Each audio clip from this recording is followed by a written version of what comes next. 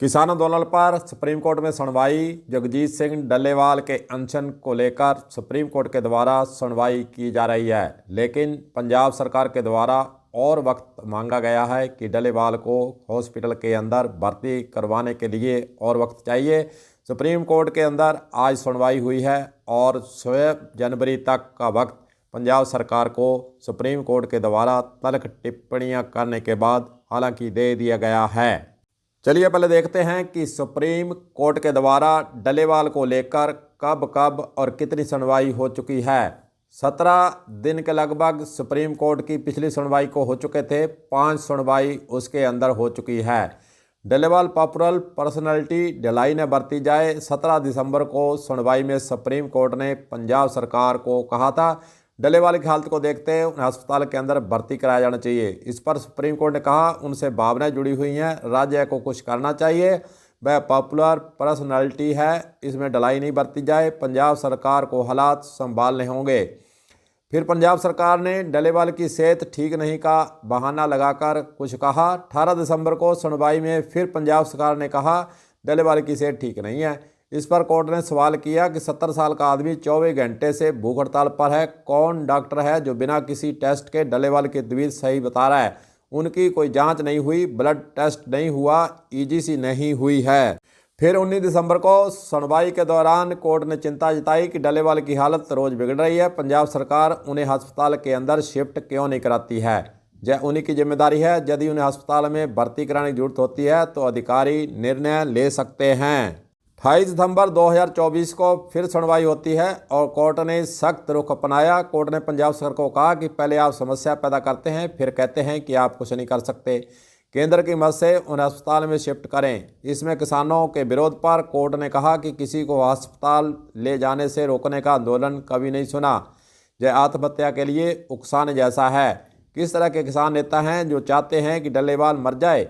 डल्लेवाल पर दबाव दिखता है। जो लोग उनका अस्पताल में भर्ती होने का विरोध कर रहे हैं वे उनके शिव चिंतक नहीं कहे जा सकते।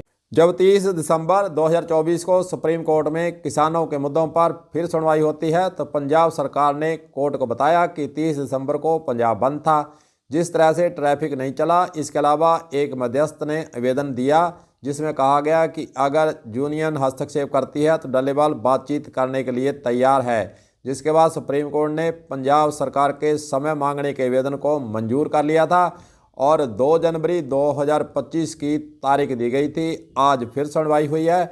आज की सुनवाई के अंदर 6 जनवरी 2025 तक का पंजाब सरकार को फिर समय दे दिया गया है।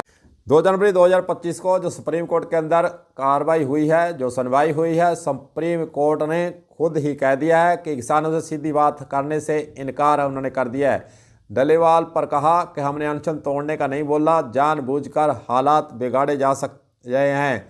हरियाणा पंजाब के खनौरी बॉर्डर पर 38 दिन से अमन अनशन पर बैठे किसान नेता जगजीत सिंह डल्लेवाल को लेकर सुप्रीम कोर्ट के अंदर सुनवाई हुई।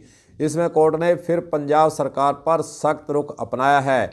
कोर्ट ने यही कहा है कि जानबूझकर हालात बिगाड़ने की कोशिश हो रही है, हमने कभी अनशन तोड़ने को नहीं। कोर्ट के पंजाब सरकार को फटकार भी लगाई और कहा कि आपका रवैया की सुलह करवाने का नहीं है तथा कुछ तथाकथित किसान नेता गैर जिम्मेदाराना बयानबाजी भी कर रहे हैं। डल्लेवाल ने भी इस केस में एडवोकेट गुरेंद्र कौर गिल के जरिए केस में पार्टी बनने की याचिका दायर की थी। इस पर जस्टिस सूर्यकांत ने कहा कि इसे टकराव न माने, हमने पूर्व जजों की कमेटी बनाई है जो वहां मौजूद है, इसलिए हम किसानों से सीधे बातचीत नहीं कर सकते। कोर्ट ने यह भी कहा कि हमें डल्लेवाल को अस्पताल में भर्ती कराने के आदेश की कंप्लायंस रिपोर्ट चाहिए। सुनवाई के दौरान पंजाब के डीजीपी और चीफ सेक्रेटरी भी वीडियो कॉन्फ्रेंस के जरिए मौजूद रहे। अब 6 जनवरी सोमवार को डल्लेवाल मसले और हरियाणा सरकार की शंभू बॉर्डर खोलने के खिलाफ दायर पिटीशन पर सुनवाई होगी। चलिए फिर बताते हैं कि सुप्रीम कोर्ट के अंदर आज क्या क्या गतिविधि हुई, क्या अपडेट्स वहां पर हुए हैं। कोर्ट ने बताया कि किसान नेता जगजीत सिंह डल्लेवाल ने एडवोकेट गुरिंदर कौर गिल के माध्यम से याचिका दायर की है। कोर्ट हरियाणा सरकार के शंभू बॉर्डर खोलने के हाई कोर्ट के आदेश के खिलाफ याचिका पर सुनवाई कर रहा है।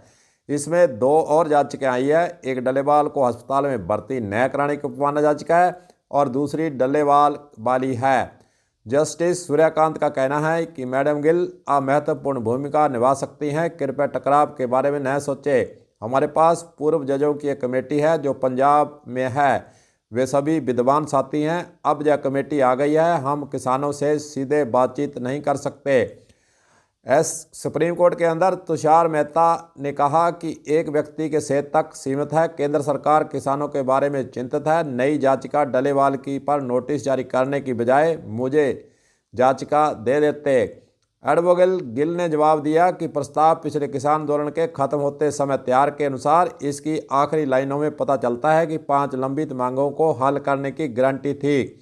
यह एक कमिटमेंट और वादा था जिस वजह से किसानों ने अपना आंदोलन वापस लिया था। वहीं तुषार मेहता के द्वारा कोर्ट के अंदर नियुक्त कमेटी की हंसी न उड़ाई जाए, यह भी कहा गया। पंजाब के एजी गुरमिंदर सिंह का कहना था कि हमारी मेडिकल टीम डलेवाल के लिए मौके पर है, मुझे ज़मीनी हालात से अवगत कराना चाहिए। जस्टिस सूर्यकांत के द्वारा कहा गया कि आपके मीडिया द्वारा जानबूझकर हालात बिगाड़ने की कोशिश की जा रही है। हमारा निर्देश यह नहीं था कि हम अपना डलेवाल का अनशन तोड़ दें, ऐसा नहीं कहा था। जस्टिस सूर्यकांत ने यह भी कहा कि हमारी चिंता यह थी कि उन्हें कोई नुकसान न पहुंचे। पंजाब के एजी के द्वारा कहा गया कि यहाँ मुद्दा यह है कि हमने उन्हें मेडिकल मदद लेने के लिए मनाने की कोशिश की। उन्होंने मीडिया को बताया कि यह राज्य का काम नहीं है, वह सशर्त मेडिकल मदद स्वीकार करेंगे। जस्टिस सूर्यकांत का कहना था कि क्या आपने कभी किसानों को बताने की कोशिश की कि हमने उनके लिए एक कमेटी बनाई है? आपका रवैया सुलह करवाने का नहीं है।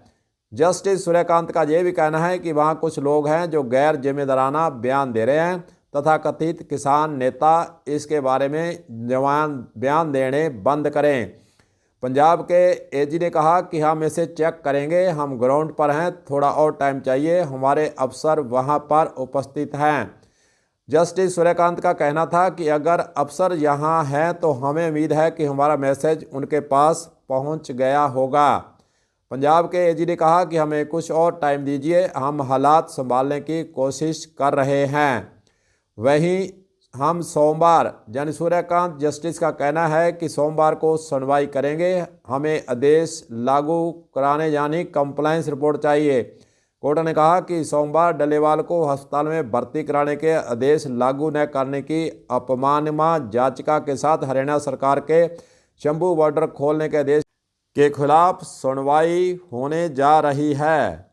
वहीं दूसरी ओर शंभू बॉर्डर पर और खनौरी बॉर्डर पर किसान संघर्ष समिति की बैठकें भी जारी हैं। सरवण सिंह पदेर की तरफ से एक बयान सामने आया कि शंभू बॉर्डर पर किसानों की अहम बैठक हुई है। मीटिंग में तय हुआ कि 6 जनवरी को श्री गुरु गोविंद सिंह जी के प्रकाश पर्व को शंभू बॉर्डर पर मनाया जाएगा। ऐसे में पटियाला के नज़दीक के गाँवों से अपील की गई है कि अधिक से अधिक संख्या के अंदर मोर्चे के अंदर पहुँचें। इसमें किसान जथेबंदियों ने भी अपने कैडर सहित शामिल होने की घोषणा करनी होगी। दूसरी विनती उन्होंने ये कहा है कि पंजाब सरकार के विंटर सेशन में केंद्र सरकार द्वारा जारी कृषि मार्केटिंग पॉलिसी के ड्राफ्ट को रद्द किया जाए। किसानों की अन्य 13 मांगों के हक में पंजाब सरकार प्रस्ताव पास करे। आने वाले समय में शंभू बॉर्डर पर लोगों की संख्या बढ़ाई जाएगी।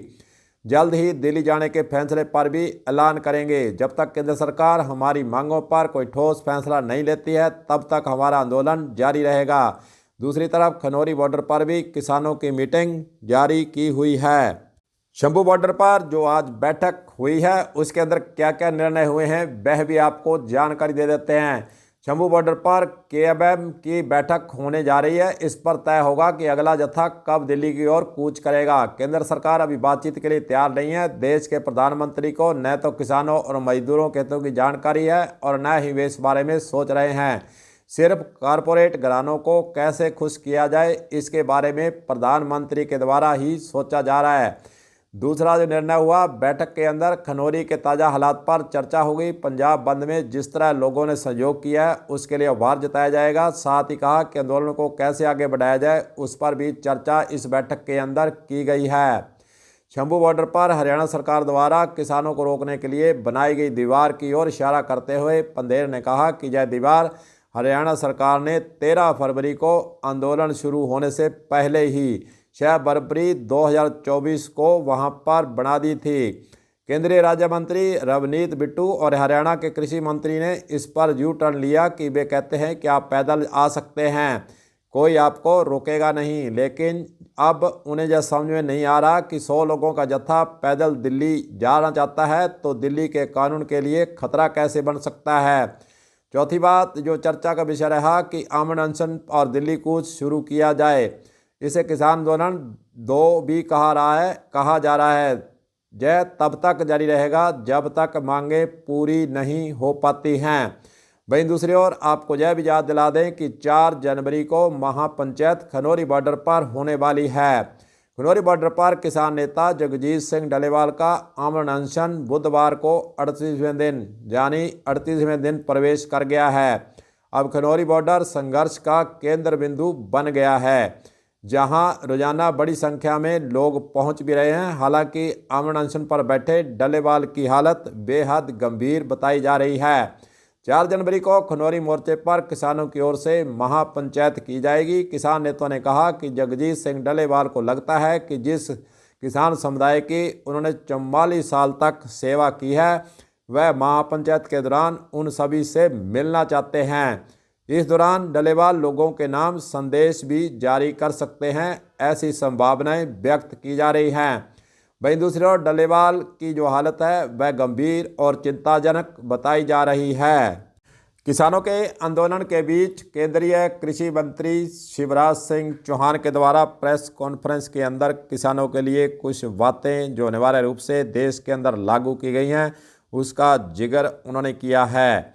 वहीं शिवराज सिंह चौहान के द्वारा कहा गया कि सरकार पहले जब बीजेपी के नहीं थी उस वक्त प्रधानमंत्री फसल बीमा योजना की इकाई जो मानी जाती थी वह पूरी तहसील को माना जाता था। जैसे कि पूरी तहसील के अंदर जो फसल खराबा हो जाए उसको आधार मानते हुए किसानों को फसल बीमा योजना का लाभ मिलता था, जिससे किसानों को फसल बीमा योजना लेने में नुकसान भी उठाना पड़ता था। पूरी तहसील में खराबा अगर हुआ है तो उसको आधार मानकर जब किसानों को फसल बीमा योजना का लाभ देने की बात आती थी तो किसानों को उसका सही ढंग से और सही तरीके से जिनकी फसल खराब हुई है उनको वह लाभ नहीं मिल पाता था। वहीं उन्होंने कहा कि जब बीजेपी सरकार के द्वारा इस फैसले को बदला गया तो किसानों के हित में यह फैसला माना गया है। प्रधानमंत्री फसल बीमा योजना को अब ग्राम पंचायत और गांव को इकाई मानने का केंद्र सरकार के द्वारा जो निर्णय लिया गया था उससे बहुत से किसानों को फ़ायदा हुआ है। और उस पंचायत के अंदर अगर किसी गांव के अंदर फसल खराबा हुआ है तो उसको आधार मानकर, और दूसरा जो उन्होंने कहा कि हमारे द्वारा जो चेंजिंग किया गया है वह मैनुअल के स्थान पर सैटेलाइट के द्वारा सर्वे करने के बाद सही स्थिति जो प्राप्त हो जाती है उसके आधार पर किसानों के खाते में प्रधानमंत्री फसल बीमा योजना का जो लाभ है, जो राशि है, वह सीधे उनके खातों के अंदर डालने का काम केंद्र सरकार के स्तर से किया जा रहा है। कृषि मंत्री शिवराज सिंह चौहान के द्वारा मीडिया के समक्ष एक जानकारी और साझा करते हुए बताया गया कि जो पिछले साल की अगर बात करें तो 8 करोड़ लोगों से ज़्यादा किसानों ने आवेदन पत्र किए थे, जिसमें से 4 करोड़ से ज़्यादा किसानों के खातों के अंदर प्रीमियम योजना के प्रारंभ से ही कुल जमा राशि जो है करवा दी गई थी। केंद्रीय कृषि मंत्री शिवराज सिंह चौहान के द्वारा किसानों के लिए केंद्र सरकार की जितनी भी योजनाएं चल रही हैं उसके बारे में जानकारी दी गई। वहीं दूसरी ओर दूसरे देशों से आयात और निर्यात पर जो रोक लगी हुई थी उसके बारे में जानकारी दी। वहीं दूसरी ओर उनका यही कहना था कि किसानों के हित में केंद्र सरकार के द्वारा समय समय पर बहुत सी योजनाएं लागू कर किसानों की आय को बढ़ाने के लिए प्रयास जारी किए हुए हैं। मीडिया के द्वारा जब उनसे यह सवाल किया गया कि पंजाब हरियाणा की सीमा पर जो आंदोलन करे हुए किसान बैठे हैं उनसे केंद्र सरकार क्यों बातचीत नहीं कर रही है, इसके सवाल को वे टालते हुए बोले कि मामला सुप्रीम कोर्ट के अंदर चल रहा है। सुप्रीम कोर्ट जैसा भी आदेश देगा उसके बाद केंद्र सरकार के द्वारा किसानों के आंदोलन को लेकर कदम उठाए जाएंगे। लगता यही है कि जो सुप्रीम कोर्ट में जब तक सुनवाई चालू रहेगी तब तक केंद्र सरकार किसानों के साथ कोई बातचीत नहीं करेगी, क्योंकि कृषि मंत्री के द्वारा जब मीडिया के अंदर बयान जो है दिया गया है। अब देखते हैं कि 6 जनवरी 2025 को किसानों की मांगों को लेकर और डल्लेवाल के अनशन को लेकर और हरियाणा बॉर्डर को खोलने के विरोध में जो याचिका दायर की हुई है उसकी सुनवाई होगी 6 जनवरी 2025 को। सुप्रीम कोर्ट के द्वारा क्या निर्णय लिया जाता है, सवाल यह भी पैदा होता है कि पंजाब सरकार ने 6 जनवरी तक वक्त मांगा है। डल्लेवाल के जो अनशन पर बैठे हैं उनको हॉस्पिटल के अंदर भर्ती करवाने की बातें हो रही हैं। क्या पंजाब सरकार किसान डल्लेवाल को अस्पताल के अंदर भर्ती करवा पाती है या नहीं, तमाम बातें यह भी देखने वाली हैं। और नज़रें उस पर टिकी हुई हैं कि 6 जनवरी 2025 को जब सुप्रीम कोर्ट के अंदर सुनवाई दोबारा होगी, क्या वह केंद्र सरकार को बातचीत करने का कोई निर्देश देती है या फिर बातचीत का रास्ते के लिए वह कुछ नहीं कहती है। यह तमाम बातें देखने वाली हैं। कलम न्यूज़ के लिए गुरदेव सिंह सैनी की रिपोर्ट।